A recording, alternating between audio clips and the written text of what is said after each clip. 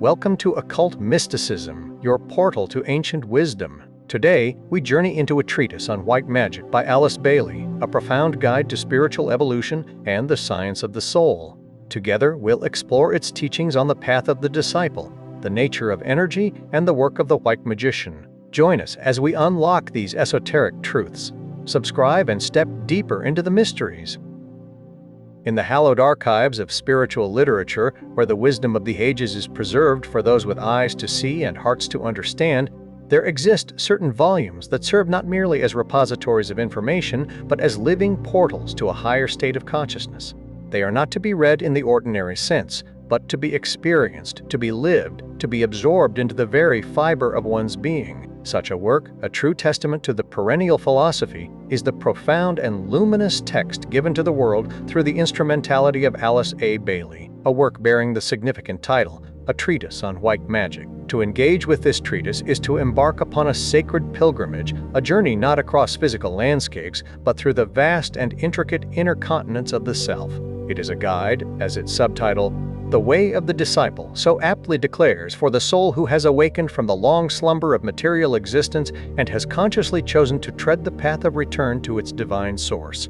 This is no primer for the novice drawn by the glamour of the psychic arts, nor is it a theoretical exercise for the academic mind seeking to classify the esoteric. It is, in its very essence, a scientific manual of the soul, a grand and detailed exposition of the laws of spiritual psychology which govern the relationship between the higher self and its lower reflection, the human personality. The text stands as a majestic bridge, spanning the deep chasm between the ancient intuitive wisdom of the East and the rational, analytical spirit of the West, offering a synthesis that is at once timeless in its truth and urgently practical for the challenges confronting humanity in this present age. Its authority rests not upon any external claim or dogmatic decree, but upon the self-evident resonance of the principles it unfolds, speaking directly to that silent, inner knower who dwells within every human being, stirring a deep memory of a forgotten heritage and a glorious, attainable destiny. At the very core of this monumental work lies a clarification of immense importance,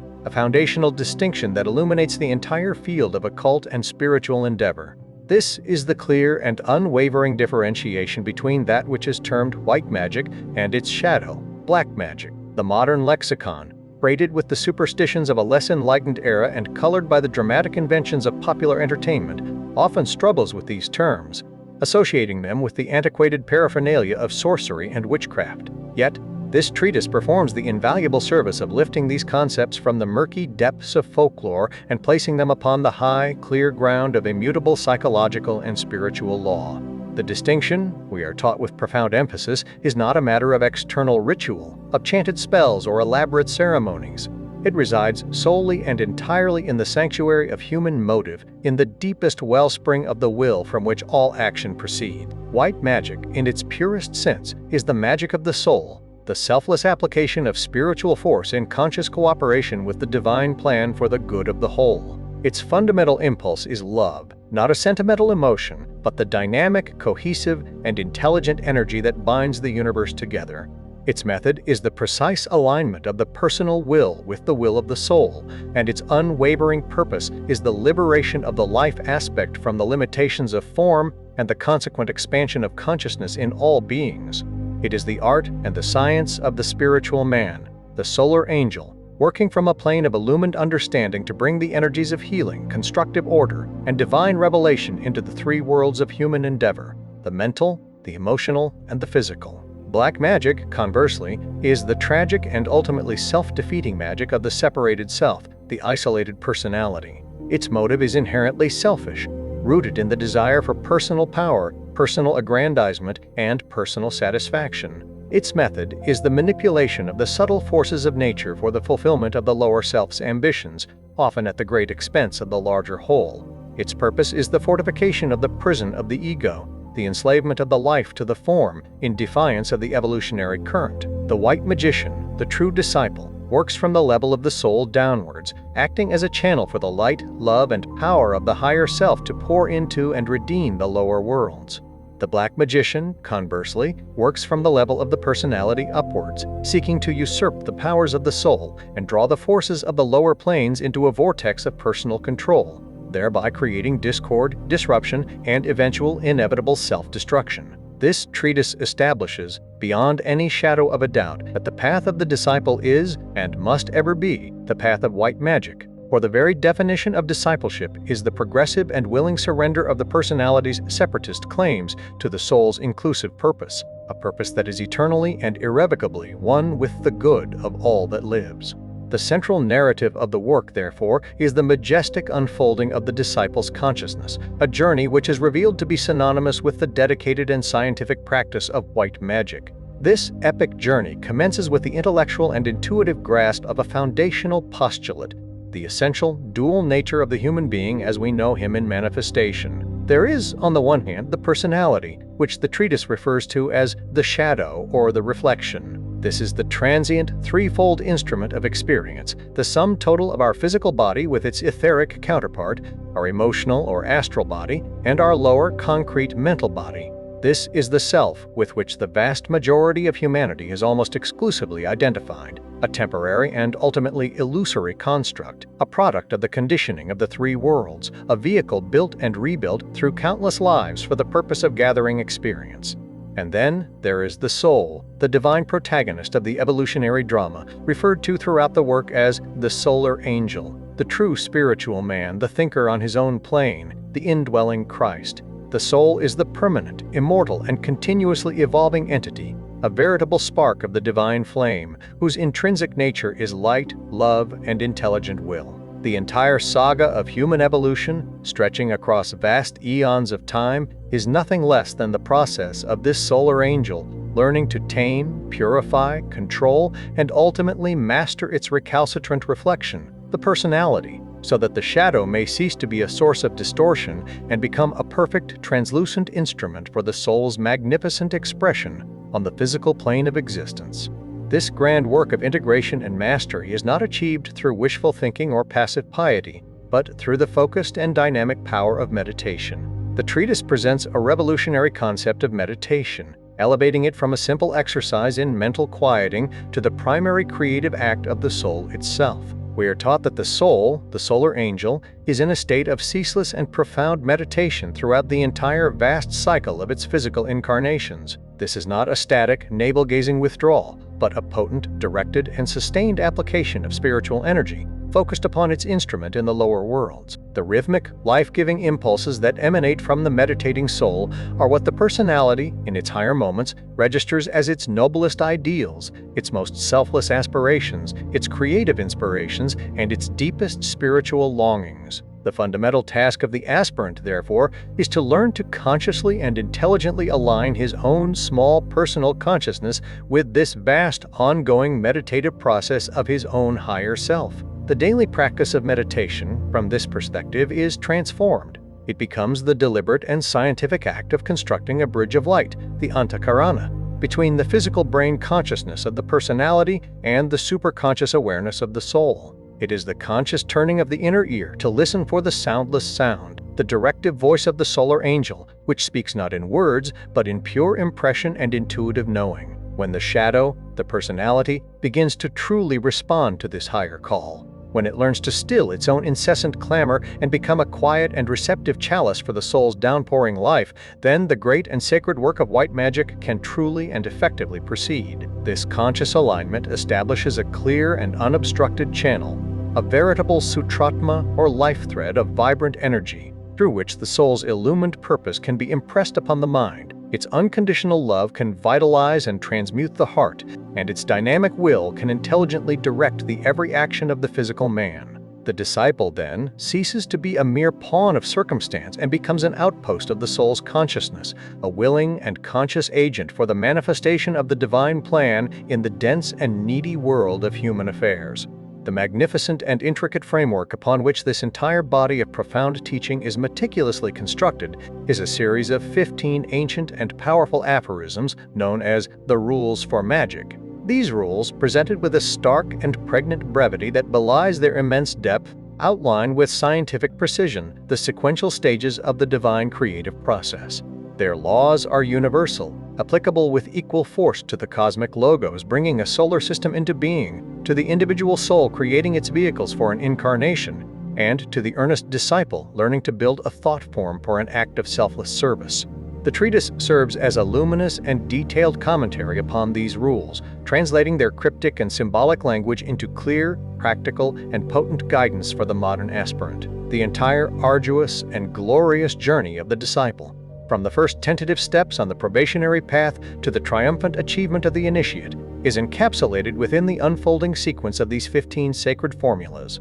The first of these great rules sets the stage for the entire creative endeavor, establishing the primary agent and the initial act. The solar angel collects himself, scatters not his force, but, in meditation deep, communicates with his reflection. Here, the protagonist of the magical work is unequivocally identified. It is not the personality, but the soul, the solar angel, the divine thinker. The initial and most crucial act is one of internal recollection, a gathering of its dispersed energies, a focusing of its divine intent. It is a process of conscious centering, a willed withdrawal from all peripheral distractions in order to achieve a state of absolute one-pointedness. The purpose of this intensely focused state is singular and directed, to establish a clear line of communication with its instrument in the lower worlds, its personality, its reflection.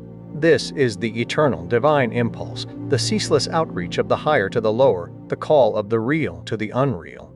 For the disciple striving to cooperate with this process, the practical application is immediate and clear. The path begins with the arduous but essential discipline of the mind, with the daily, hourly practice of turning the searchlight of the attention inward, away from the siren call of the senses and the endless demands of the outer world of effects. It demands the steadfast cultivation of a serene and unwavering focus, so that the chattering, restless mind may become a calm and placid lake, free from the ripples of personal thought and desire, capable at last of reflecting the pure, untroubled light of the soul that shines eternally above.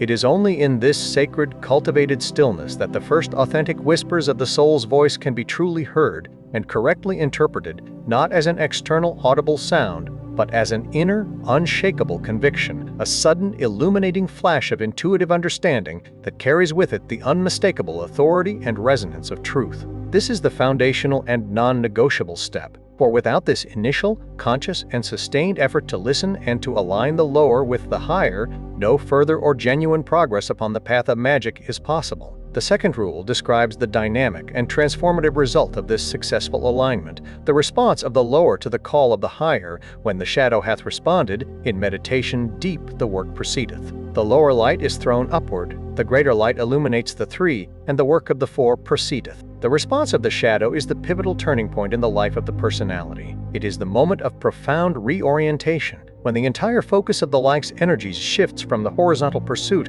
of selfish, material desire to the vertical aspiration for spiritual realization and selfless service. This response does not go unanswered. It creates a powerful magnetic interplay between the two poles of the disciple's being. The lower light, which is the latent spiritual fire hidden within the very atoms of the personality's three vehicles, the physical, the emotional, and the mental, is awakened from its long slumber. This is the inherent divinity within matter itself, the promise of the spirit veiled in form, now stirred into conscious activity by the focused and loving attention of the soul. This newly awakened light is then thrown upward, irresistibly drawn by the potent magnetic pull of the greater light of the soul. When these two lights meet and merge, a great and wondrous illumination occurs. The soul's pure light pours down into its waiting instrument, flooding the three vehicles of the personality with its cleansing and refining radiance. The mind is clarified of its illusions, the emotions are purified of their selfish desires, and even the dense physical body is subtilized and refined. With this momentous fusion of the higher and lower lights, the work of the four can at last effectively proceed. The four are the three aspects of the personality: mind, emotion, and physical body, now vivified, coordinated, and controlled by the one soul, their rightful ruler. The disciple is no longer a fragmented and conflicted being, pulled hither and thither by his warring desires and confused thoughts, but a harmonized, integrated unit, a fourfold expression on the lower planes of a single, divine, and purposeful will. Rule 3 depicts the dynamic and far-reaching consequence of this sacred unification. The energy circulates. The point of light, the product of the labors of the four, waxeth and groweth. The myriads gather round its glowing warmth until its light recedes, its fire grows dim. Then shall the second sound go forth. the unification of the soul and its purified vehicles creates, for the first time, a complete and unimpeded circuit for the flow of spiritual energy. This energy, now circulating freely through the integrated fourfold nature, creates a brilliant point of light within the consciousness of the disciple. This point of light is the focused, creative intent of the soul, now embodied in the mind of the personality. It is the seed of a potent thought form, conceived in love and built for selfless service. As the disciple learns to maintain his meditative focus and his alignment with the soul, this point of light waxeth and groweth, becoming an ever more radiant and magnetic center of spiritual force. This is not a passive or subjective state. It has a dynamic and palpable effect on the disciple's entire environment. The myriad, which are the elemental lives and the human forces in his surroundings, are irresistibly drawn to this glowing light and warmth. People are helped, situations are harmonized, darkness is dispelled, and the disciple becomes, often unconsciously, a powerful magnetic center for constructive and healing work. But the treatise wisely teaches that this creative phase is cyclical in nature. The light eventually recedes and the fire dims, not as a sign of failure, but as an indication of a necessary period of assimilation and rest, a prolaic interlude for the gathering of fresh strength before the next great creative impulse, which is heralded by the sounding of the second sound. This rule imparts a crucial lesson for the impatient aspirant: the law of cycles, the divine rhythm of ebb and flow, of directed activity and silent assimilation, which governs all true and sustainable creative work in the universe. The fourth rule delves into the specific and scientific mechanics of the creative process itself. Sound, light, vibration, and the form blend and merge, and thus the work is one. It proceedeth under the law, and naught can hinder now the work from going forward. The man breathes deeply. He concentrates his forces and drives the thought form from him. This aphorism contains the very heart of the magical procedure.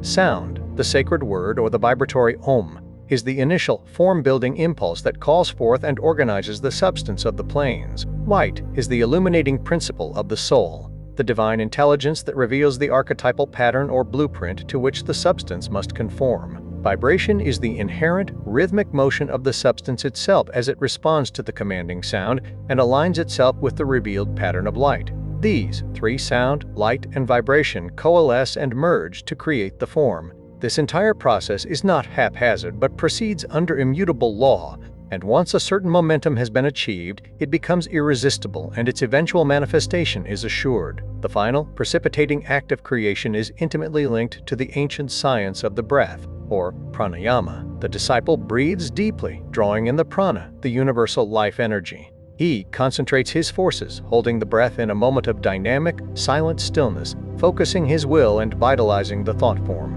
Then, with the controlled and directed exhalation, he drives the thought form from him, projecting it out into the world of phenomena to accomplish its beneficent mission of service.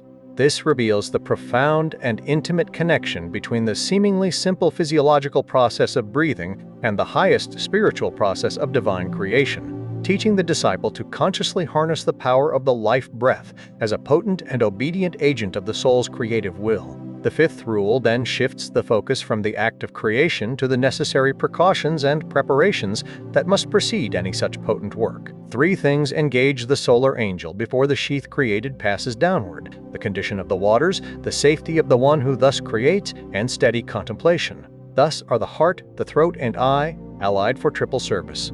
This rule underscores the immense responsibility that accompanies creative power. Before any thought form can be successfully and safely materialized, three critical conditions must be meticulously met by the creating soul. First, the condition of the waters, a timeless symbolic term for the astral or emotional plane, must be carefully assessed and prepared. The disciple's own emotional nature must be calm, pure, and controlled, a placid and reflective lake rather than a turbulent and stormy sea. Any emotional turmoil, any selfish desire or fear, will inevitably distort or even destroy the descending thought form as it seeks to clothe itself in astral matter. Second, the safety of the one who thus creates must be absolutely assured. This work is powerful and can be exceedingly dangerous if undertaken with impure motives or an unstable personality. An ill-conceived thought form, energized by selfish desire, can become a veritable monster on the inner planes, turning upon its creator with devastating effect. Purity of life, unwavering selflessness of motive, and a well-integrated personality are the only true and lasting protections. Third, steady contemplation of the created form and its purpose must be maintained without any break in focus. The creator must hold the vision with unwavering, one-pointed attention. This essential triple preparedness is achieved through the conscious and coordinated alignment of three great centers of energy within the disciple's own etheric body: the heart center, the seat of group love and inclusive, selfless consciousness; the throat center, the organ of higher creative activity and the sounding of the word; and the spiritual eye. When these three love, creative intelligence, and will are allied for triple service, the disciple can at last create safely, wisely, and with potent effect in the world. Rule 6 describes a most significant and decisive step in the disciple's attainment of mastery over the lower self and its constituent parts. The devas of the lower four feel the force when the eye opens. They are driven forth and lose their master. The devas of the lower four is the esoteric term for the collective elemental lives that constitute the very substance of the physical, etheric, astral, and lower mental bodies. In the average, unawakened person, these lives are unruly and are primarily controlled by the shifting desires and impulses of the personality, the lunar lords of form. But when the spiritual eye, the third eye or ajna center, begins to open and function, it becomes a direct and powerful channel for the soul's commanding and directing will. The force of the soul, the solar angel, pouring through this center of spiritual command is irresistible to the lower elemental lives.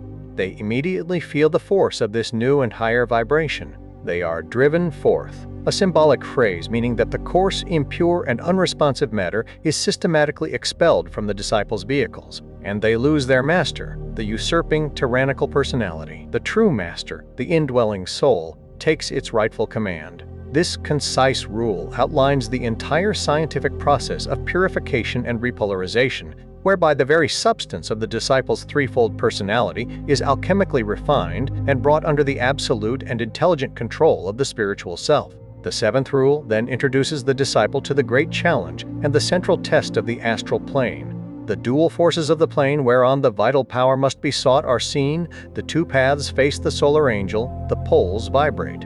A choice confronts the one who meditates. The astral plane is the quintessential battleground of duality, the realm where the pairs of opposites exert their most potent influence upon human consciousness: pleasure and pain, attraction and repulsion, hope and fear, joy and sorrow.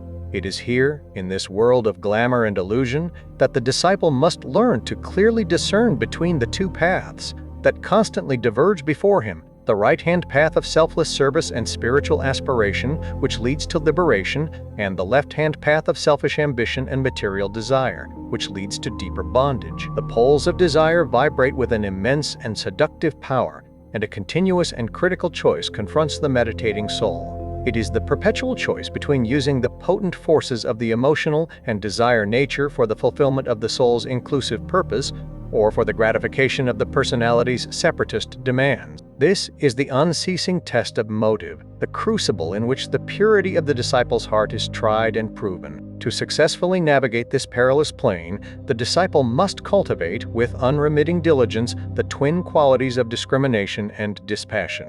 Discrimination is the ability of the illumined mind to distinguish the real from the unreal, the soul's impulse from the personality's desire. Dispassion is the quality of the controlled heart that enables one to stand poised and serene between the warring forces of the pairs of opposites, identifying with neither but achieving mastery over both. Rule 8 provides the esoteric key to navigating this perilous realm and achieving that essential mastery. The Agnosurians respond to the sound. The waters ebb and flow. Let the magician guard himself from drowning at the point where land and water meet. The midway spot, which is neither dry nor wet, must provide the standing place whereon his feet are set. When water, land, and air meet, there is the place for magic to be wrought. The Agnosurians are the fiery, elemental lives of the astral plane, the very substance of desire itself. They are not inherently evil, but are powerful and amoral forces that respond to the sound, to the vibratory note sounded by the controlling intelligence. The disciple learns that he can command these potent forces not by fighting them, but through the superior power of his own soul's vibration. However, the waters of emotion still ebb and flow with a powerful rhythm, and he must constantly guard himself from drowning, from being emotionally overwhelmed and losing his spiritual stability. He must find and hold his position on the midway spot, the point of perfect equilibrium between land, the symbol for the concrete physical plane, and water, the symbol for the fluidic astral plane. This is the famous razor-edged path of detachment, the ability to live fully in the world, but to remain untouched by its allurements and its sorrows. This poised and detached state of consciousness is the only safe and effective standing place for all true magical work. The final, cryptic line hints at a still higher synthesis, for when water, land, and air meet, when the physical, emotional, and mental bodies symbolized by air, the medium of mind are perfectly aligned and synthesized, then the true and holy place for magic is found, and the integrated personality becomes a perfect instrument for the soul. Rule 9 describes the next stage in giving substantiality and motive power to the thought form. Condensation next ensues. The fire and waters meet, the form swells and grows. Let the magician set his form upon the proper path. After the disciple has achieved the necessary inner stability and poise, the creative process continues on a lower arc. Condensation begins.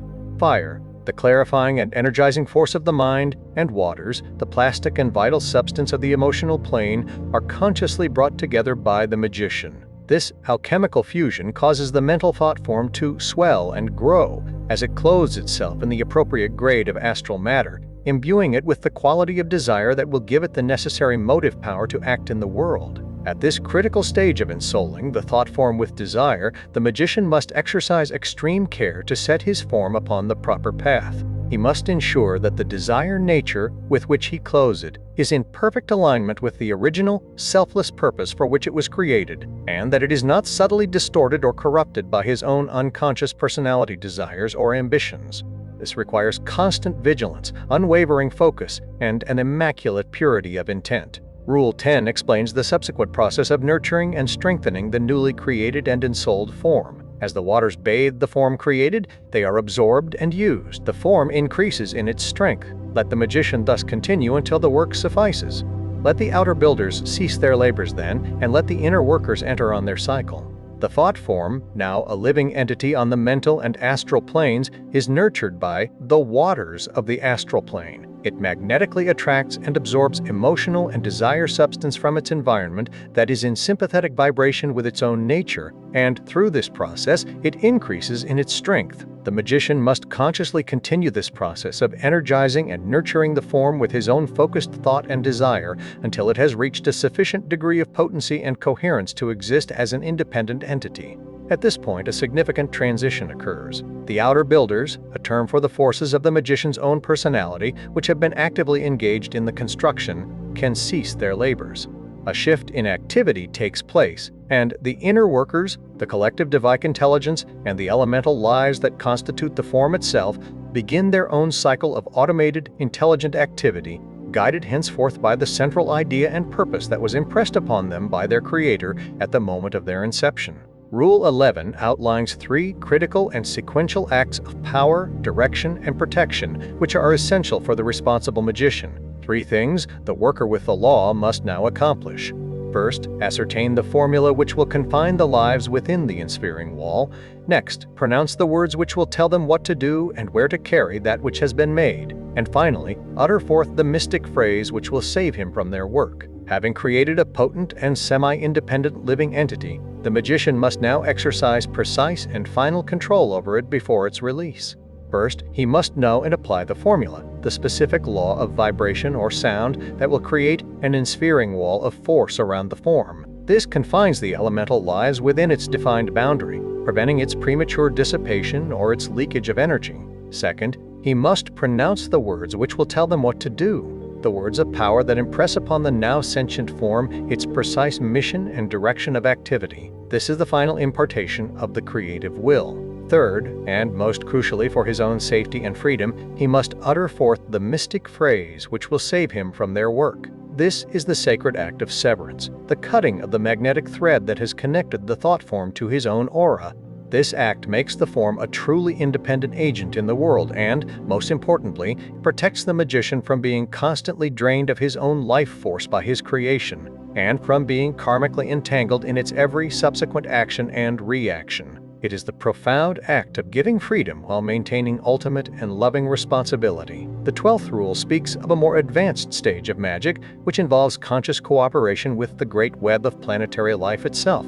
The web pulsates. It contracts and expands. Let the magician seize the midway point and thus release those prisoners of the planet whose note is right and justly tuned to that which must be made.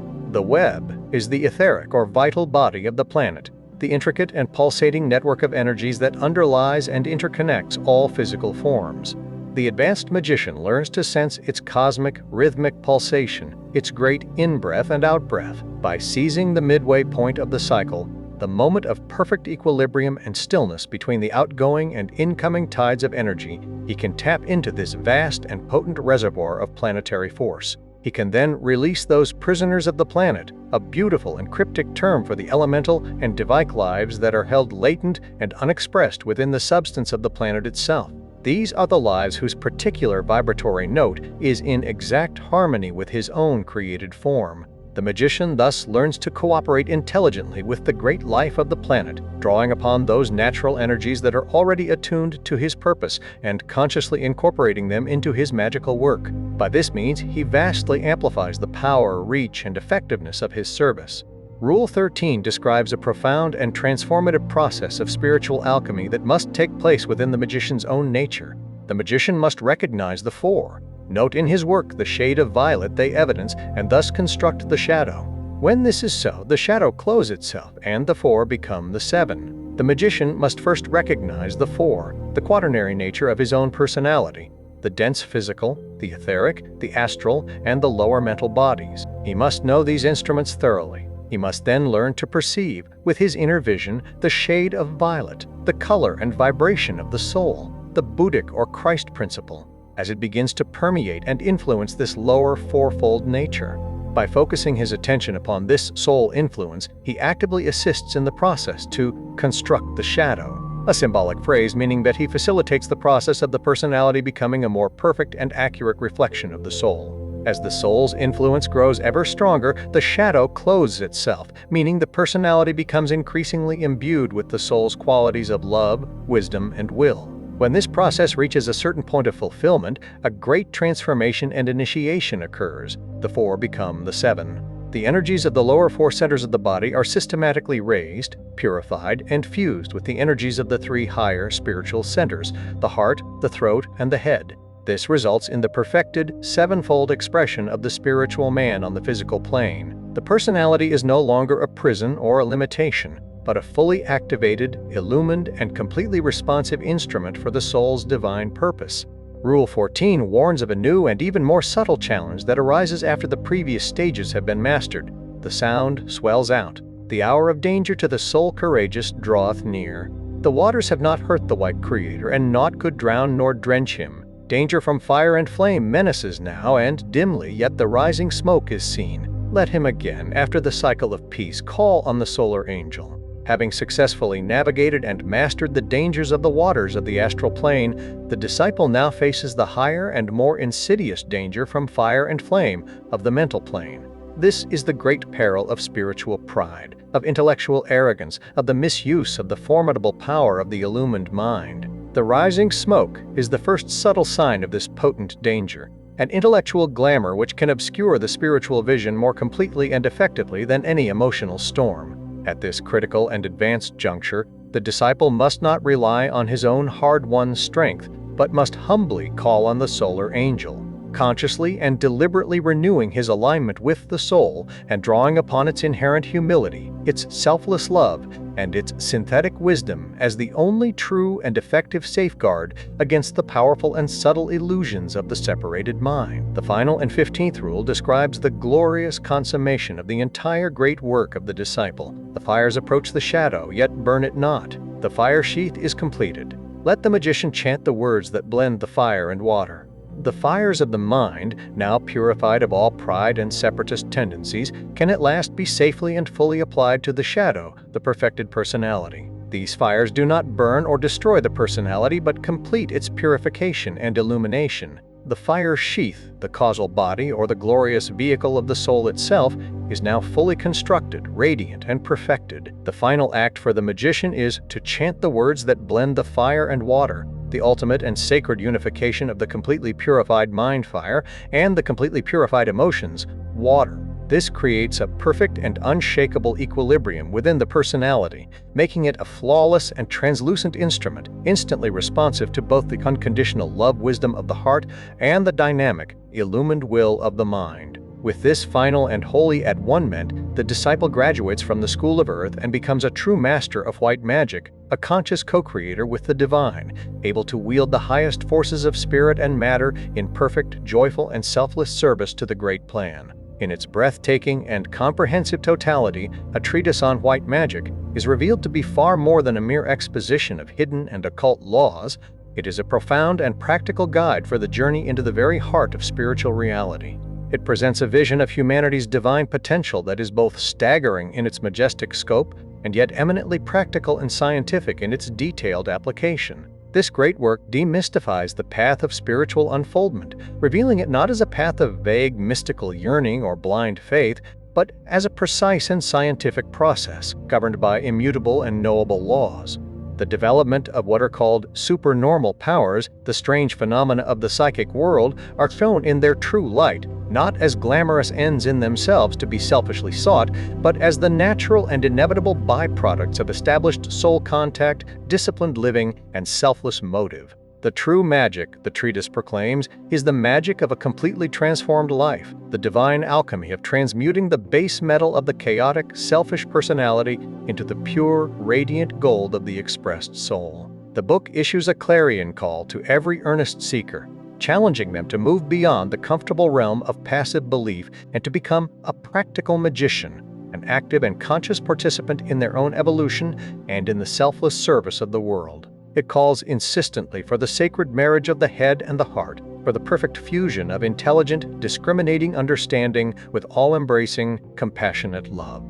It lays down, as a foundational and unshakable truth, that the ultimate purpose of all spiritual striving is not the salvation of the personal self, but the liberation and illumination of all life, the glorious manifestation of the sons of God. It is a timeless and urgent call to discipleship, a call to take up the sacred tools of the soul, meditation, service, and sacrifice, and to begin, here and now, the great work of building a new and better world, a world in which the divine light of the soul shines forth undimmed through every human heart, and the holy magic of unconditional love reigns at last, supreme and eternal.